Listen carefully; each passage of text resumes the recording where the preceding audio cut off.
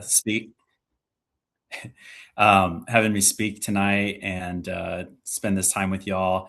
So I really appreciate that. Um, and are you able to see my slides? Okay, cool. So yeah, I'll go ahead and get started. Like Grace mentioned, I'm Lieutenant Colonel Adrian Marrero. Um, physical therapist in the Air Force. And like she mentioned, 20 years as a PT now. And not all of that was in the has been in the military, which I'll go into. Um, but and now I'm actually stationed at Johnson Space Center here in Houston. And so my goal tonight is just to walk through my story, my journey. Hopefully, it'll generate some thoughts and some ideas. Hopefully, we have time for questions. Without further ado, I'll go ahead and get started here. I do have a disclaimer I have to read.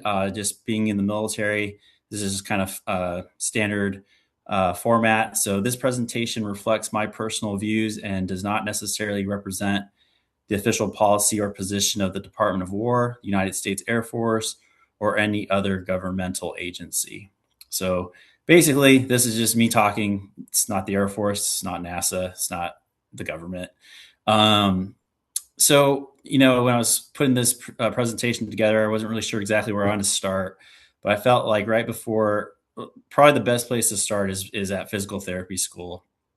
So, before I talk about Regis University, which is where I went to PT school, um, before I go there, I really wanted to go into the Army Baylor Physical Therapy Program, and that's in San Antonio.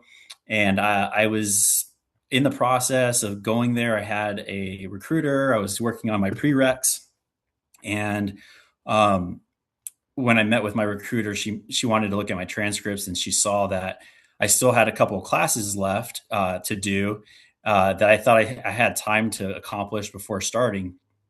Well, she kind of notified me that that wasn't the case, and so of course I was devastated because I was kind of set on going to the Army Baylor program, or at least applying and hopefully getting accepted.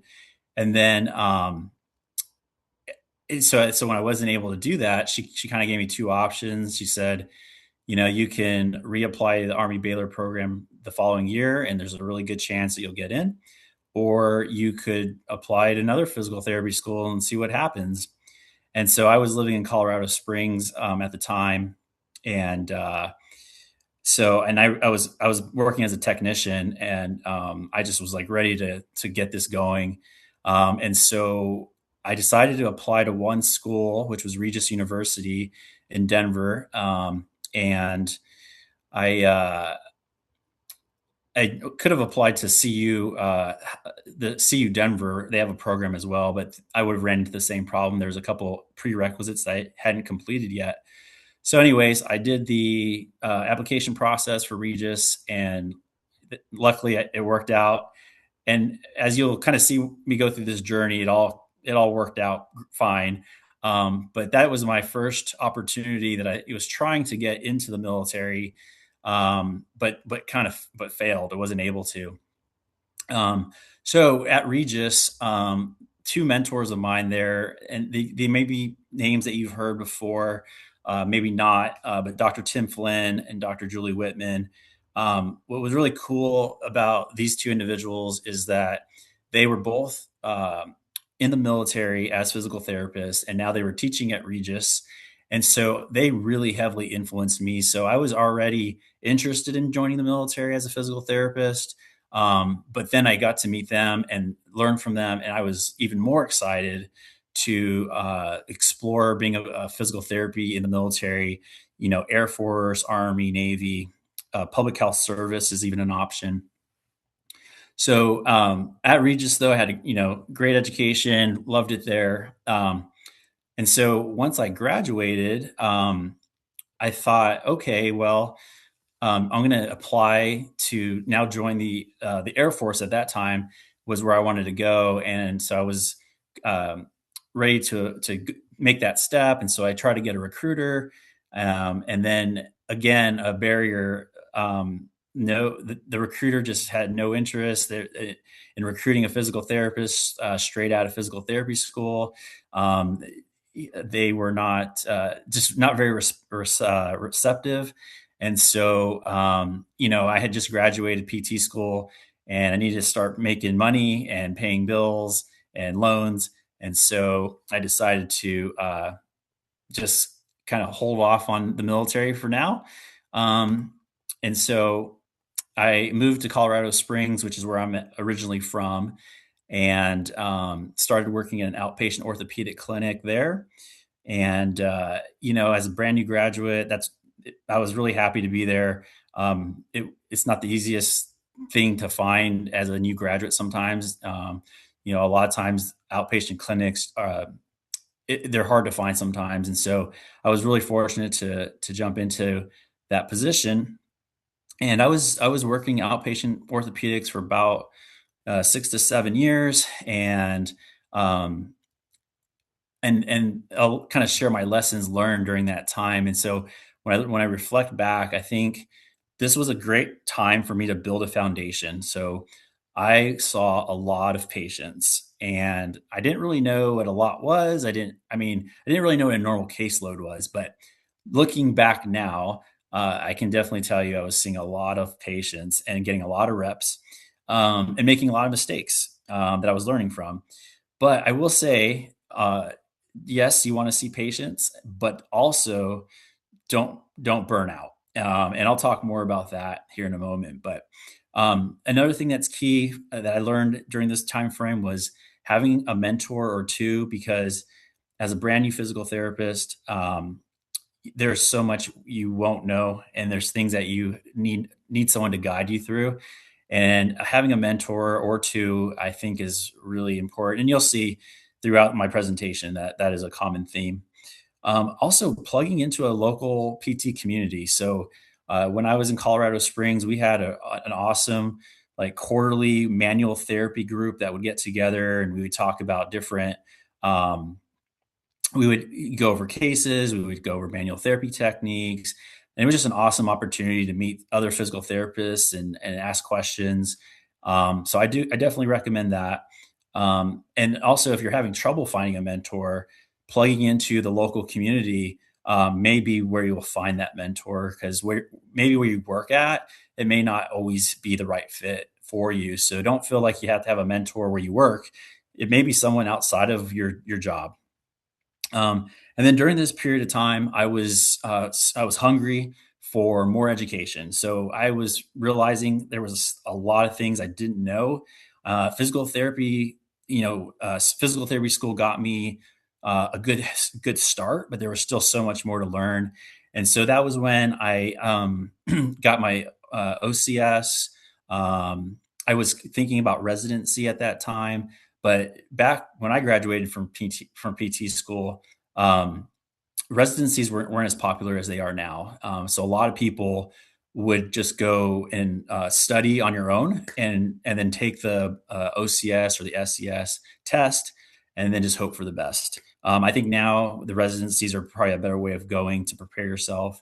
But when I was in school, or when I graduated from school, just that was the case. And then also, on top of like board certs and residency, just continuing education. I was taking manual therapy courses, trying to learn techniques that I hadn't learned in PT school.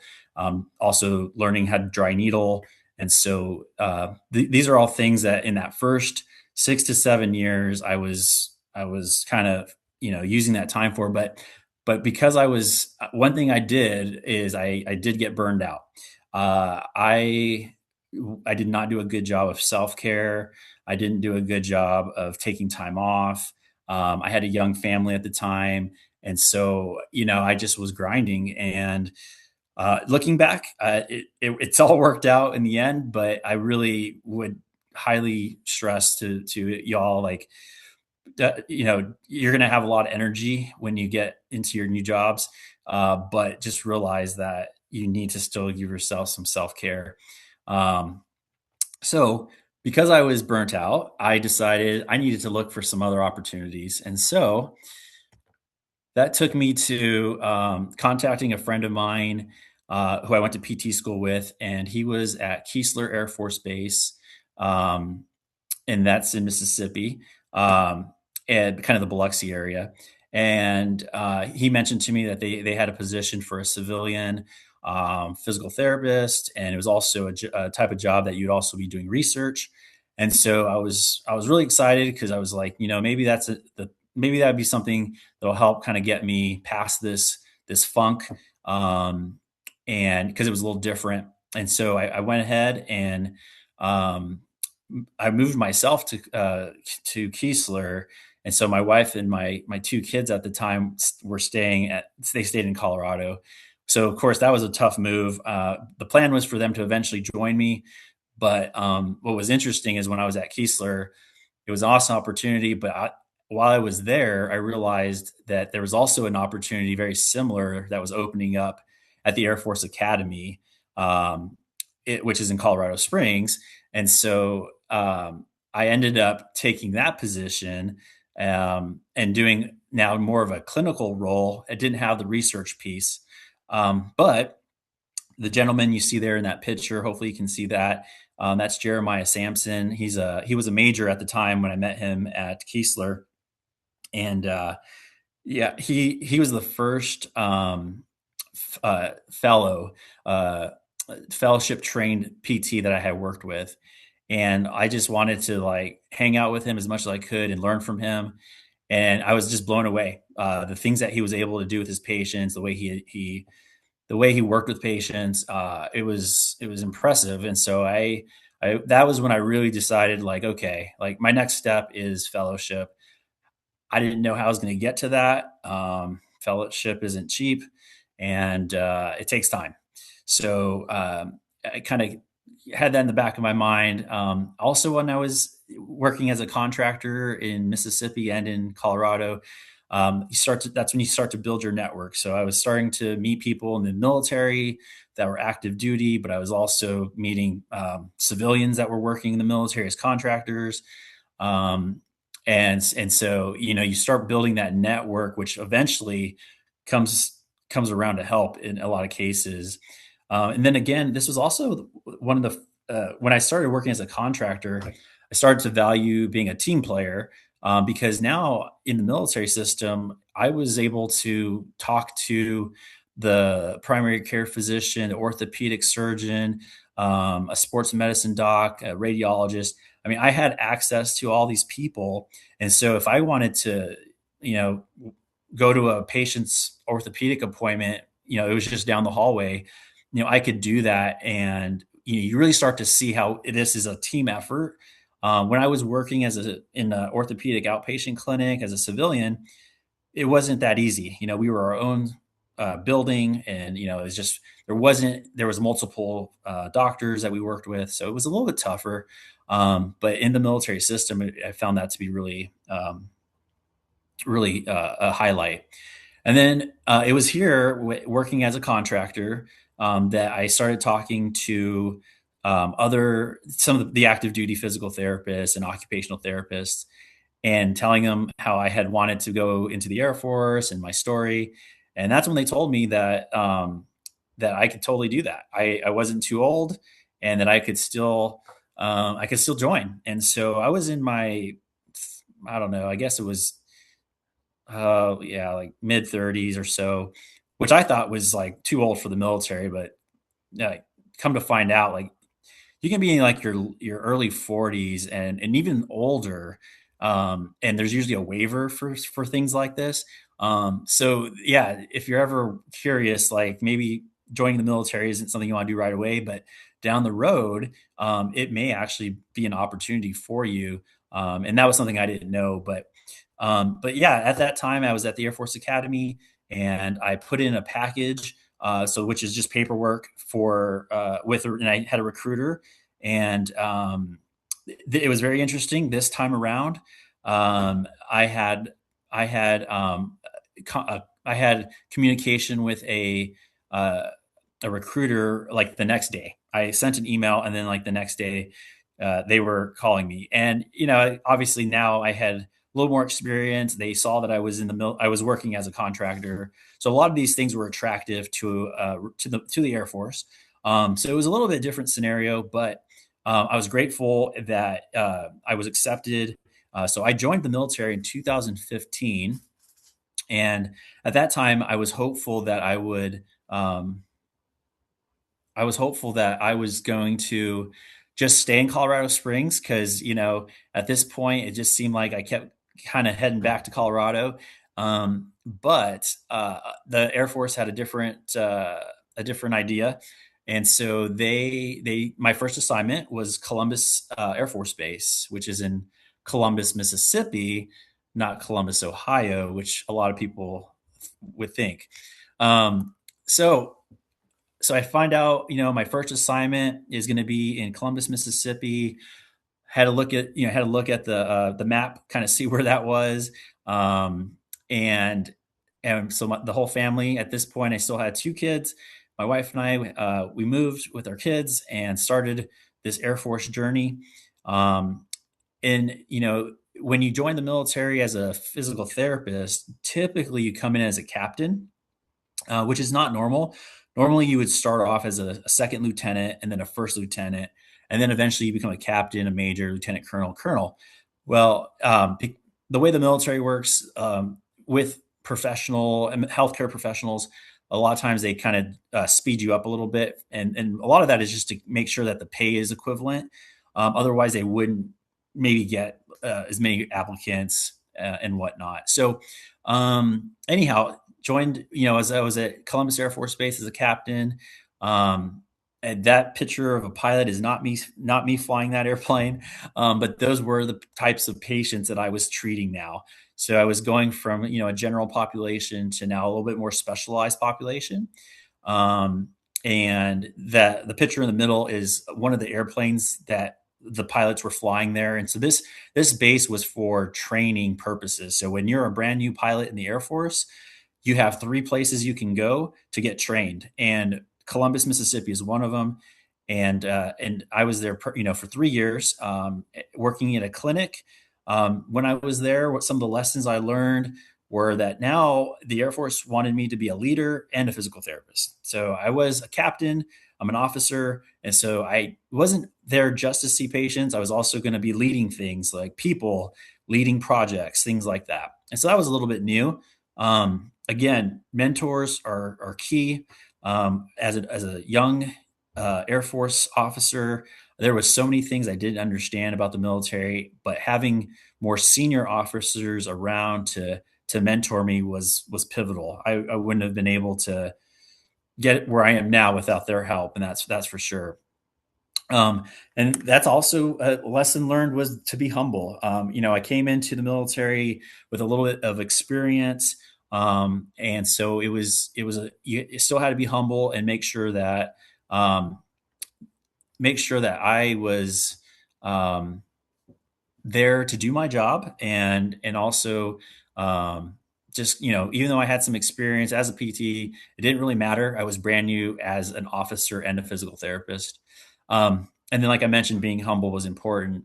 And then, one of my mentors, I had asked him early, excuse me, early on, if he had any advice for me. And one of the things he said, which was, it was a little underwhelming, was he said, "Do your job." And so I kind of, I was kind of expecting more, but it's interesting that he said that, because I'll tell you, throughout my career, that has still been something that I I latch onto. It's easy in the military to sometimes get outside of your normal job duties and try to get involved in a lot of things. There's a lot of opportunities, um, but if you don't do your primary job well, it'll follow you, and just usually it doesn't work out very well for you. So, with that being said, again, as a brand new physical therapist or PTA, first thing to see patients and just do your job. Be there to do what you're being expected to do. And then working at Columbus Air Force Base, this was an opportunity for me to start understanding the operational demand, understanding the population, basically. So I was, asking a lot of questions, understanding like why was I seeing so many patients with neck pain?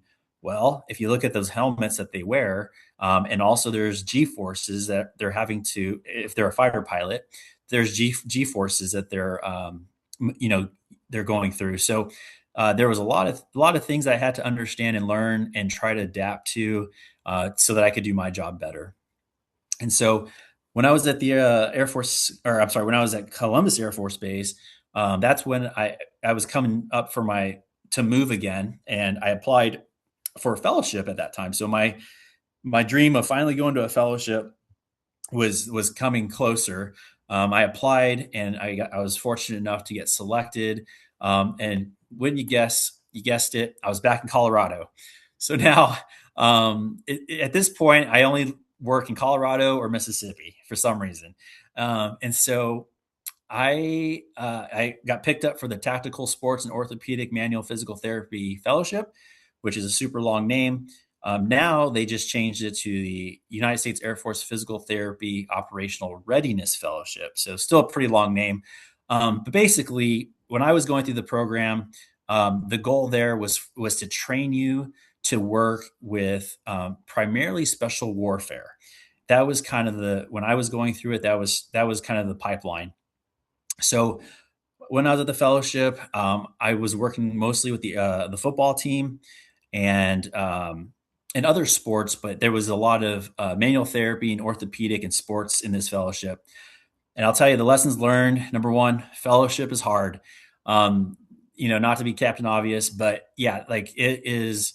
It was a lot of work and it took a lot of time, but it was worth it. And I'm glad I did it. And but I will always remember like there's a lot of it was like going back to PT school. But maybe like 10 times harder. So it was, and maybe my fellowship was just that way. And I don't think all of them were, that way. Mine was a little bit more condensed. It was 18 months.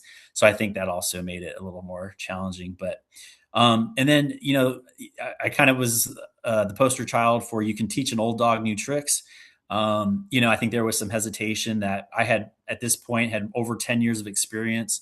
And, I was kind of set in my ways and maybe I would be a fellow that would, kind of go against the grain and maybe fight back and not be teachable. But that was the complete opposite. I came in there wanting to learn more and just kind of absorbed as much as I could. One of the things that we always had on our slides in fellowship was these three words are these, be humble, approachable, and professional. And so again, those are things that I think will, if you can do those things well, that should serve you well in your careers. I already kind of touched on this, but being a lifelong learner. So during fellowship, like I mentioned, I could have been that person that just was fighting back and kind of arguing and trying to say like I already know these things, but that's complete opposite. So you're always wanting to learn, and then know your role. So one thing that I'll mention here before we move on is that when I was working with the football team, I was working with a lot of athletic trainers, which was new to me. I hadn't worked with athletic trainers before, and so it took me a while in the fellowship to understand how a physical therapist works within a sports team and also in a training room environment. And so one of the things that I learned there was that the physical therapists were kind of leaned on for some specialty type things. For example, like spine care was one of the things that the physical therapists were usually asked to help with. We had a little bit more skill set in manual therapy and manipulation. And so that was something that, at least at the Air Force Academy, that is a skill that they wanted the physical therapists to do. We also were, pretty well involved with other like complex cases or even neurological or more of the chronic type of issues. That was sort of where a PT was used. So that was a really neat experience for me because I was able to really understand how that PT's role is in the training room. So after fellowship, after 18 months, I was expecting to go on to a new assignment, which would be to hopefully work with special warfare, because that's what my training was in. And I was initially supposed to go to a unit in Washington State, right on the Tacoma area. But um, at that same time, an opportunity came up to stay in Colorado and be a faculty for the fellowship. So you can imagine. So I said yes, and again, I was able to stay in Colorado even longer, which again is just blows my mind. But I was able to stay there and work as faculty. And so, talk about some imposter syndrome. One day I'm graduating from this fellowship, and like a couple of weeks after I went on vacation, came back, and I was now faculty. So it was kind of weird, but luckily the fellows that I was working with were amazing and just really helpful. And I learned, they gave me a lot of grace, and they were great. So, but as a faculty, there were some lessons learned there. One of the things I wish I would have done more of when I was there was collaborate with other professionals. Looking back, I think there was opportunities to do more outside of our fellowship, and so I really kind of took that as a lesson learned, and it was hopefully, was telling myself that I would, change that in my future assignments, which I think I have. Also, when I was at the faculty, I was now leading some civilians, and so prior to that, I was mostly leading active duty military members. So now it was a little different. So leading civilians it can be a little different than leading military members. And then, I really took to heart the statement of you truly understand a concept when you can teach it to someone else. And so, I was basically going through a fellowship again, because I would prepare to, give a lecture or do a lab. And so I'd have to do a lot of preparation for that. And it's just different when you're going to teach somebody. You look at it a little differently than when you're the student. And so that was a great opportunity, and also something I learned a lot. And then I put in here in quotations, flexibility is the key to air power. This is something that you'll hear a lot in the Air Force. And the reason I put that in there was because while I was at the fellowship as a faculty member, it was during COVID. That part of it was during COVID, and so it seemed like overnight we had to transform our in-person physical therapy fellowship into a basically an online program. And then eventually we were able to go back to in person. But during that time, I really took to heart this flexibility concept. And so, yeah, that was exciting times. And so I was a faculty member for 3 years. I was One thing that was unique about that position also is that I was located in Colorado Springs, but I was attached to a squadron in San Antonio. So all the meetings, a lot of things that were administrative, I had to go and do that through Teams or Zoom. But then my daily work was done at the Air Force Academy, so it was different. I hadn't done that before, and that was pretty unique. Um, but after my 3 years there, I got word that I was moving to Okinawa, Japan, and which I labeled the slide paradise. It is beautiful there. It is amazing country. So Okinawa is a small island southwest of mainland Japan. And so Okinawa is actually closer to Taiwan than it is to mainland Japan.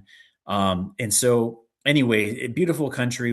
My family was very excited. At this point, I forgot to mention I have three kids now. So when I was in Columbus, my third child was born, and so the whole family we moved overseas. This was our first opportunity to go overseas, our only opportunity so far, but we took it, and I was also now able to take the skills that I learned as a fellow, and then also what I was teaching, and now put it into practice working with special warfare pararescue unit. So these guys and gals, their job is basically pararescue. So they are paramedics that get to also do like the really cool stuff that you see, like tactical, weapons, shooting, jumping out of airplanes, scuba diving. They're very similar in some ways to Navy SEALs, but the Air Force, they have a little bit more uniqueness as air because they serve the Air Force. But that was the population I was seeing. I was working with. I was embedded with that group and within the squadron and with other medical providers. It was an amazing opportunity. Uh, the lessons I learned there, I was there for 3 years. Number one, be available. So what I mean by that is it was very common to see these operators, these pararescuemen, they might be uh, at the unit, at the squadron for a couple days, and then they're out the door for a couple months.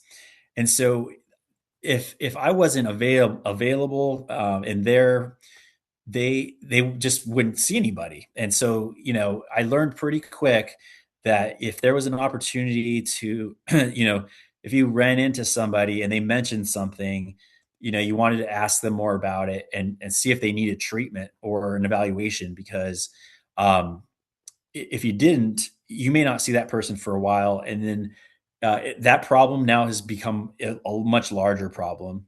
So that was the first lesson learned there. Also, the work environment was a lot different. I was working basically next to a gym inside of an old airplane hangar, and so it was a little bit dark in there. It was super loud. I mean, people were blasting music all day long. Um, some of the folks I worked with were a little hard to work with too at times, and so this was unique for me. There's also because we were really close to the flight line. There was fighter jets uh, landing and taking off throughout the day, so it was loud. It was chaotic, but it really made me appreciate a work environment. And so because prior to that, I was pretty quiet, kind of standard um, work environments. The other lesson I learned here was to build rapport. So, if you know anything about special warfare, this population is they're very tight knit, and it takes time for them to trust you.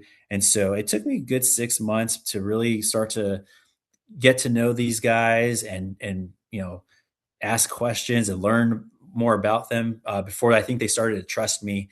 But once they gain your trust, it was really they would they were great. They were great patients. And so the other my other lesson learned was one of the PJs. That's kind of like their short name, but pararescue PJ. Um, One of the PJs, he would always talk to me about 10-meter targets, and I still this is something that sticks has stuck with me.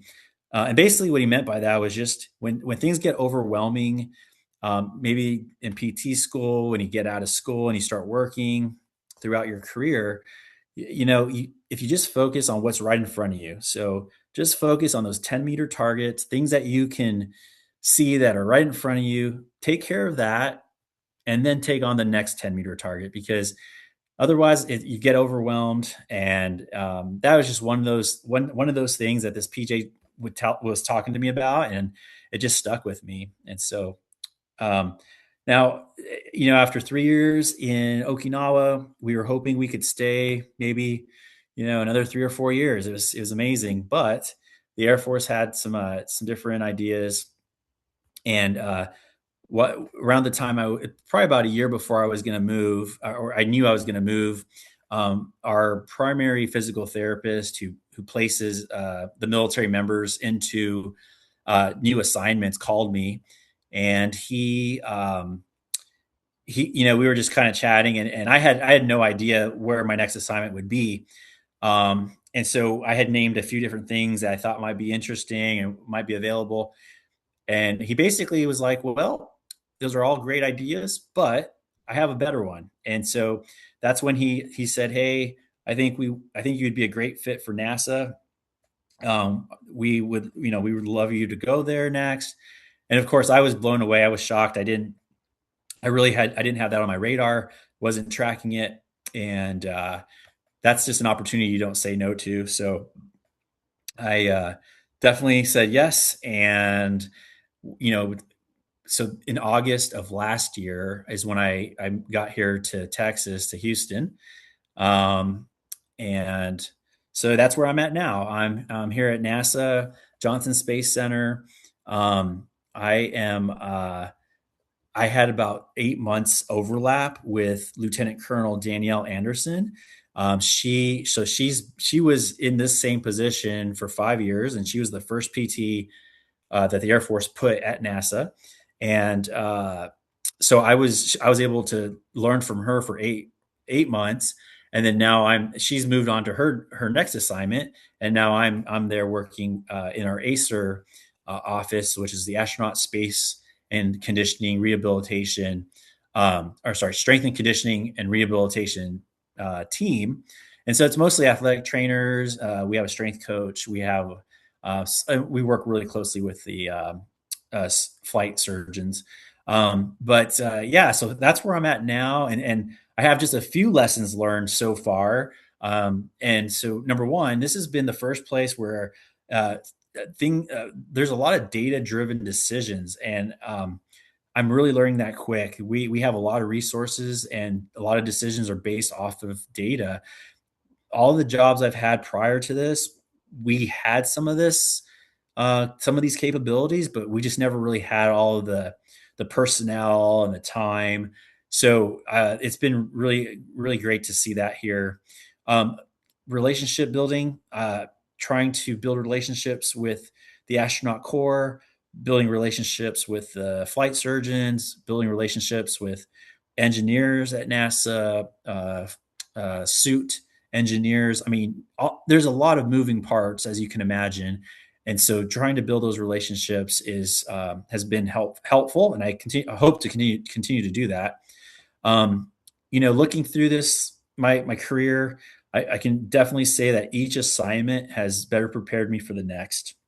And I would say, you may be at a job, and or even while you're in PT school, there might be some things that you're not sure how that's going to apply later. But don't be surprised at some point there's a lesson learned or something you saw or did that circles back at some point. And so I have definitely seen that now, uh, at my job at NASA, and throughout the journey I've seen that. And then just to be kind of funny here, everything feels better in space. So anytime we've had an occasional issue in on the ISS or with Artemis, it seems like these things just kind of get better. So when you're in microgravity, apparently, injuries heal really quick. So it's been a awesome experience so far, and learning all the time. And then my last slide here is just for questions. So um, hopefully, that sparked some interest or some thoughts, some questions from the group. So I'll shut up.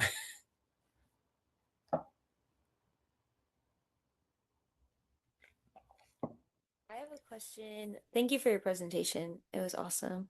Um, did you have any part in like the research and Artemis coming back? And what was your role if you did have any part of like, I know they went through like a strenuous like how their bodies adapted back to Earth. Did you have any role in that? And if you could speak on it. Yeah, absolutely. Great question, Morgan. Yeah, so with Artemis 2, the role that I played was definitely more heavy when they returned from their mission. And so this was a short-term mission. They were out there like close to 10 days. And so the adaptations that happen in that period of time are not as strenuous as our astronauts that are at the ISS, and those are usually 6 to 8 month um, missions.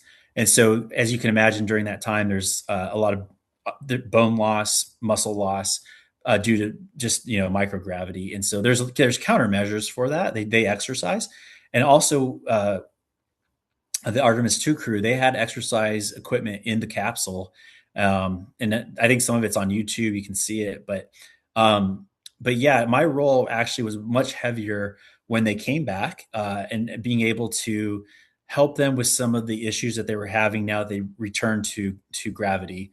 And so, really, as a PT, it's very similar to what you would do. Um, they do a lot of tests when they come back. They're involved in a lot of research, which right now I do not do a ton of research. I'm mostly there as a subject matter expert, and we collaborate with a lot of research. But my job is not as a researcher, so I'm not developing research projects per se. Um, but I am actually a research subject because NASA is always looking for research subjects, and so they allow us to do that. And so I've been able to do a couple studies as a subject. Um, but yeah, my role with Artemis too was to rehab the folks that had issues. I will tell you that for the most part, they came back pretty healthy. And so the types of things that you would expect from a PT, we did some manual therapy, we did some exercise, things of that nature. And luckily, they were pretty short duration events, and so they got better pretty quick. So hopefully that answers your question.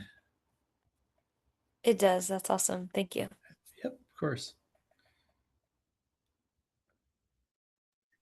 I had a question. You mentioned earlier your process or your experience with the recruiter and how that was kind of um, just a little unpleasant. So my question, I guess, would be, what would be your recommendation for a first step for one of us out of PT school, for example, if we were kind of interested in military PT? Yeah, yeah, great question. Because one of the things I really didn't have. So I had my two mentors at Regis who were in the military, and they were kind of coaching me as far as telling me like the steps. Um, but I didn't really do a whole lot outside of that. And I kind of, I sent out an email. I think I showed up to the recruiter's office. And even with all these efforts, it didn't go very far. So I think looking back, it probably would have been more helpful to maybe try to connect with the recruiter a little bit sooner. So I think I tried maybe in the last 6 months of my PT schooling. And so I would probably look back now and look, hey, maybe even a year to maybe into your second year of DPT, maybe now start like just reaching out, putting your name out there. You may not get a lot of traction, but if you start the process early, I think that would be helpful. I think if you have any opportunities to connect, so the last slide I had up there, I have my email. You know, just connecting with other military PTs, asking questions, and just by getting your name out there, if you eventually get to the point where you are, you get a recruiter and they send your information out, and the Air Force, what they'll do is they do an interview process, and so you just never know. I might be your interviewer, and so if I know you already, that's a good first step. Um, but yeah, looking back, the other thing I would say too is, I probably could have fought a little harder, and tried to like find a different recruiter, or but I think my timeline was condensed, and I think I was just kind of desperate. I was like, you know what, I can't. I really have to start. I have to start doing something. I can't really keep chasing this dream. But I failed to actually. Now that I think about it, I failed to mention it's about 6 months after I started working in Colorado Springs. I got a random call from, I think it was a recruiter from the Public Health Service. I don't know if you guys know much about public health service, but they're a part of the military, their federal system. And so it works very similar. You end up working at, like, sometimes it's like a Indian reservation. They have PTs in the penitentiary system. It's really interesting stuff. But one of the downfalls of it is a lot of the locations are pretty remote. And so, anyways, it was 6 months. I had already started my career at a new job. Had bought a house, and so I ended up, saying no. And I really public health service wasn't really what I wanted. I really wanted more to be like in the Air Force was really what I wanted to do. Um, and so, but it was funny that 6 months later, someone reached out, and so, but yeah, hopefully that helps answer your question. Yes, sir, that did. Thank you so much. Yep.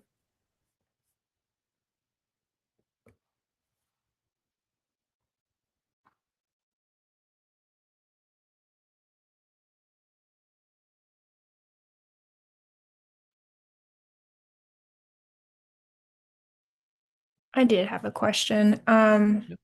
When you rehab the astronauts that come back, is it different from the traditional route with when you're loading the tendons, or is there Uh, like a protocol or something? yeah, no, that's a good question. I think it's one of the things that I had to learn kind of early on is you're looking at an astronaut. A lot of times they could be 20, 30-year olds, 40-year olds, 50-year olds, though the spectrum's pretty big. But if you look at like a younger astronaut and they come back from space, you I think my first thoughts were like, oh, okay, like I can probably load this person fairly quickly, and maybe aggressively, but because of the changes that happen to the body in microgravity, you have to sort of start really, really basic, like almost like a post-op patient, or maybe even a geriatric patient. So I'll get, just as an example, like some of the rehab that we do for patients initially when they first get back to Earth, like the first week, it looks sometimes just like a post-op total knee, or like a post-op hip. You're doing quad sets, you're doing heel slides, you're working on like balance, but not even single leg balance. You're just working on feet together, eyes open balance. So it's very interesting. What I will say though is they adapt quickly. So they get here and you're like, man, we're doing this basic rehab, but in like 2 weeks, it looks kind of like a return to duty post ACL. Like you're starting to see things move pretty quick. And again, it's fascinating, and it's pretty cool. It's really cool to see that. I have another question. Yeah. Currently I'm doing my clinical rotation right on NASA, Oh, and okay. yeah, and it's basically women's health and pelvic floor. Okay. So, ironically, one of our patients is an astronaut. And so I'm wondering if when you Yep. do like the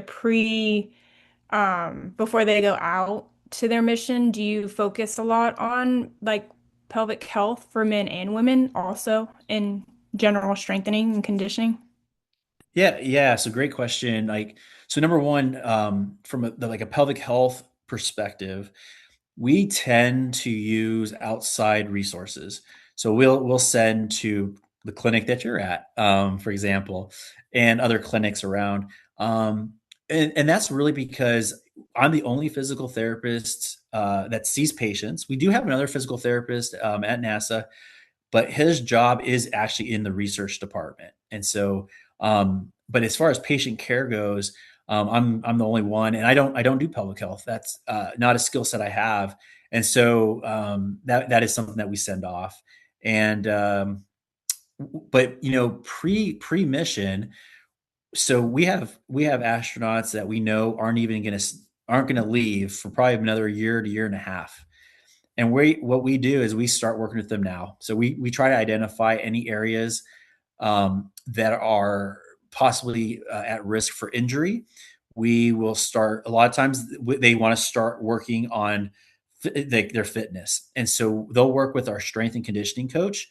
And then what happens is as they're building their bodies and working on things, they're going to develop sometimes some chronic type issues like tendonitis, um, shoulder impingement, things of that nature, and that's where I come in. So like I'm kind of helping along the way.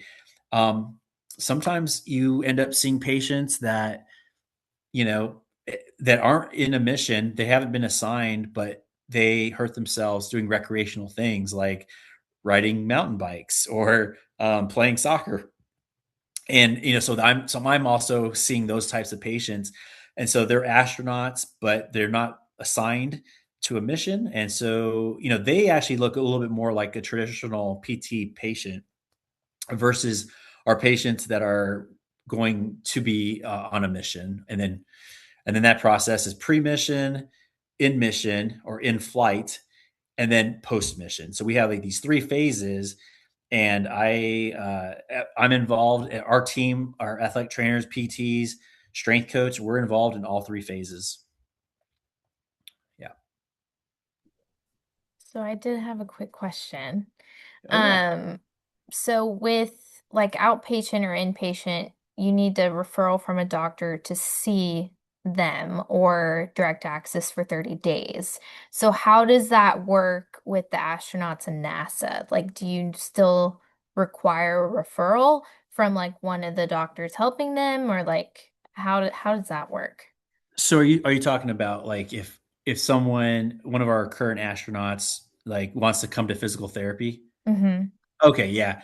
Yeah, so this is sort of that embedded model that I was talking about, where when I was in Okinawa and I was embedded with the team, it's the same thing at NASA. So what happens is, let's say an astronaut wakes up tomorrow with low back pain. What will happen is they normally will contact either me through email or through Teams, or if they have my phone number, they'll text me. Or they may go directly to their flight surgeon and just say, "Hey, I woke up with back pain." And usually the flight surgeon will say, "Okay, let's get you over to Adrian. Let's see if he can help you out." So, but the nice thing is there's no referral. There's no barriers. I can see a patient tomorrow. Like if someone gets hurt tonight, I can see him tomorrow. There's no, and I don't even have I don't have a schedule per se. I do walk-ins. So everything is pretty much a walk-in, or it's like someone will text me or call, and then I'll say, "Hey, are you available tomorrow at 4 o'clock?" Great. I'll put you on the schedule. So sometimes that happens, but I will get every week, I get a few that just walk in. They just say, "Hey, is this a good time? I've had this Achilles thing, and I just was wondering if I could get it looked at." Yeah, absolutely. So that is the beauty of this job, and also in the military, it's very similar, where you don't have to worry about insurance, having to wait for referrals, and as you guys are probably learning, by the time they see a physical therapist, there's really not a problem anymore, or the problem has changed and they don't need physical therapy anymore, which is very frustrating as a physical therapist. And yeah, I actually, yeah, definitely can understand that hasn't changed since when I was an outpatient PT back in the day. Thank you. Mhm.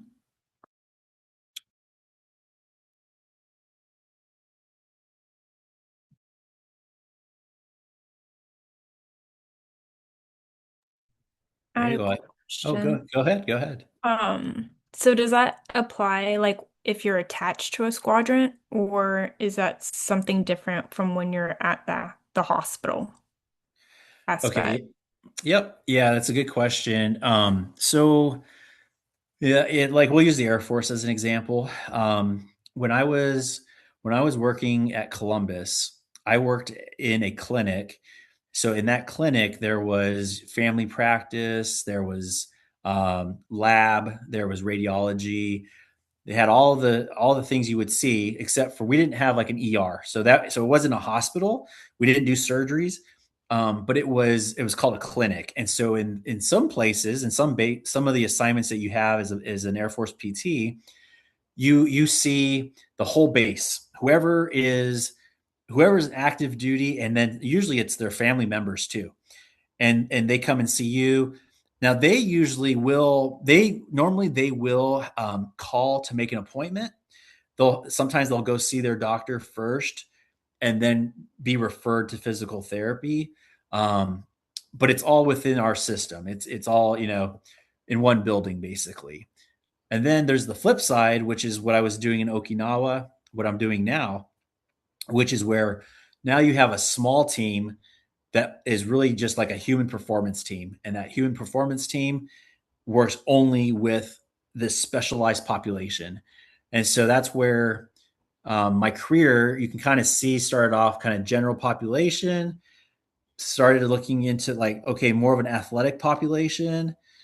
Then it went into, well, I guess you could even go back to some of the pilots, but that was still general population, athletic population, special warfare population, and now space medicine population. So over my career, it's really starting to get like more fine tuned, to where I'm just getting. I guess my teams are getting smaller. Going from seeing a whole base of people to now like seeing a smaller population.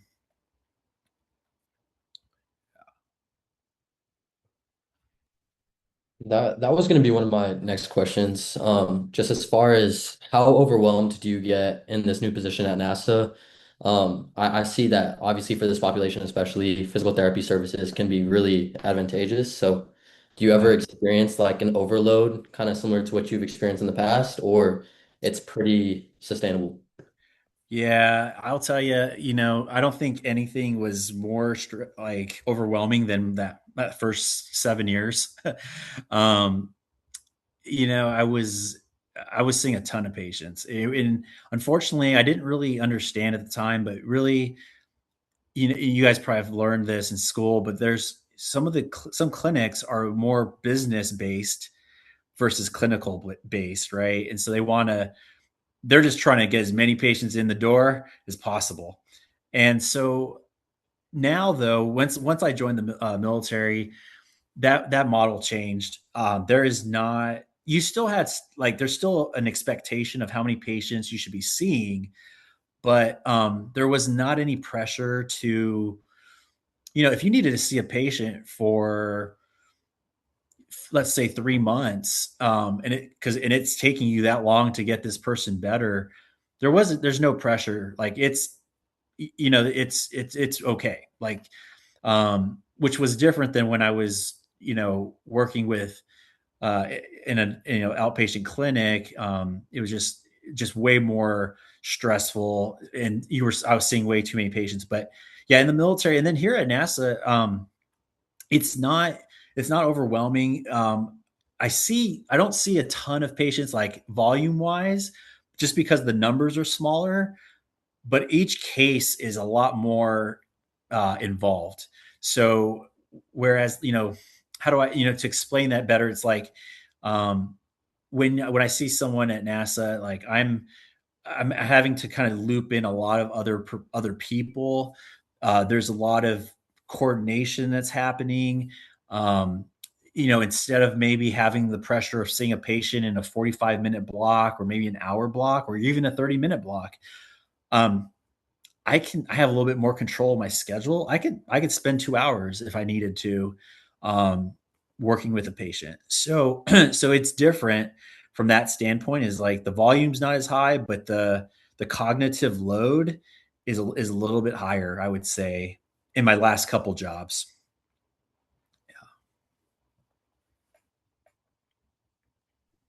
I have another question, sorry. Oh, no worries. So in the Air Force, if you wanted to continue to specialize something, would they compensate or provide that learning opportunity while you're serving? What do you mean? I guess what do you have in mind? Just that might help. Like, or Okay, what? so for instance, for me, like if I wanted to join, I want to specialize in public health. Okay. Yep. or yeah, pelvic floor. So would they provide me the opportunity to take courses or continue like certifications to get that? Yeah, yeah. So normally, what the Air Force would do, and really it's the armed forces, um, they typically like so as a brand new PT, you're going to come in as a general PT. Now because you haven't gone and done a residency or fellowship in women's health, pelvic floor, any of that stuff. So you would be expected to come in and really primarily, especially in the Air Force, it's heavily orthopedic, outpatient setting, orthopedic, sports related. That's pretty much there's a little bit of acute care. There's not much, but like pediatrics, that's gonna be tough for someone that loves pediatrics because there's just not a lot of that opportunity in the military population. Same with geriatric. If you want to see a lot of geriatric patients, you're probably not going to be able to do a lot of that in the military. Now, the VA, you might be able to do that in the VA. But to get back to your question, so let's say you come in, you're a general physical therapist, but you have this passion for pelvic health. Yeah, absolutely. So what you could do is you you probably wouldn't. I'm trying to think how you could do this. There's certifications you certainly could get through the military, because you're getting CEUs, you're learning. You're not only learning pelvic health, but you're also learning like clinical decision making, which would apply to your job as a Air Force PT. Now, as far as a residency goes, unless the military had a residency for women's or pelvic health, they wouldn't pay for you to go off site to do that. So you would have to fund that yourself. But certifications you definitely can do. Um, but I will say this: let's say so the military has PhD programs. Sometimes you can actually have a little bit more say in what kind of PhD you want to get in like what field. And so that could be an avenue where you might be able to tie that back to, we have a lot of military members that are postpartum. And so there may be a way to tie it into, um, readiness of the force and getting, maybe we're losing a lot of our female war fighters because once they have children, they're getting out, and so now that might be a selling point as a new PT who could say, look, we can start providing more education, we can be providing more opportunities for our members to get this service, and we don't have to send it away. So that would be a way.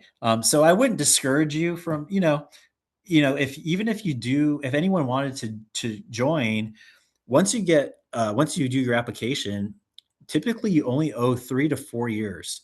That's one assignment. So if you're a brand new PT or PTA, well, PTAs we don't really pick up like active duty. That's a whole different conversation. We could do that another time for PTAs.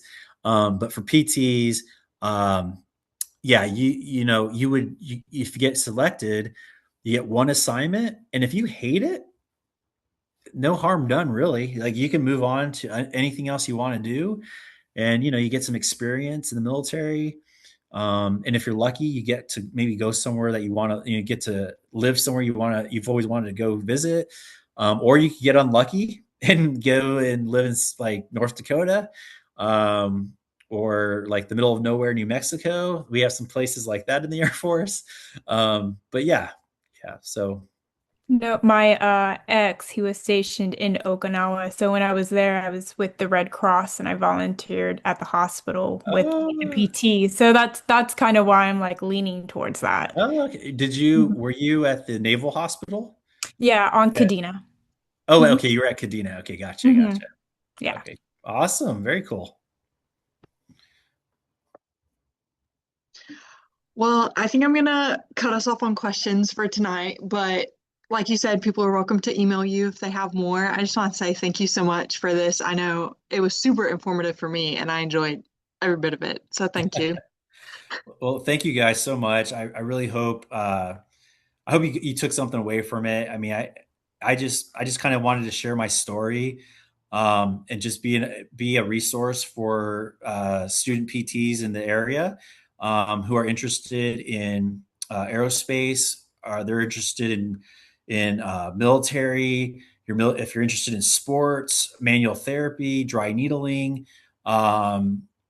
If you're interested in just talking about PT, hit me up. I love doing this stuff, and I wish I would have had more opportunities like this when I was going through PT school. So thank you so much. I really, really appreciate y'all spending some time. I know you're all busy and probably really busy with your clinicals and classwork, etc. So thank you so much. Thank you. Thank you so much. You bet, guys. Thanks again.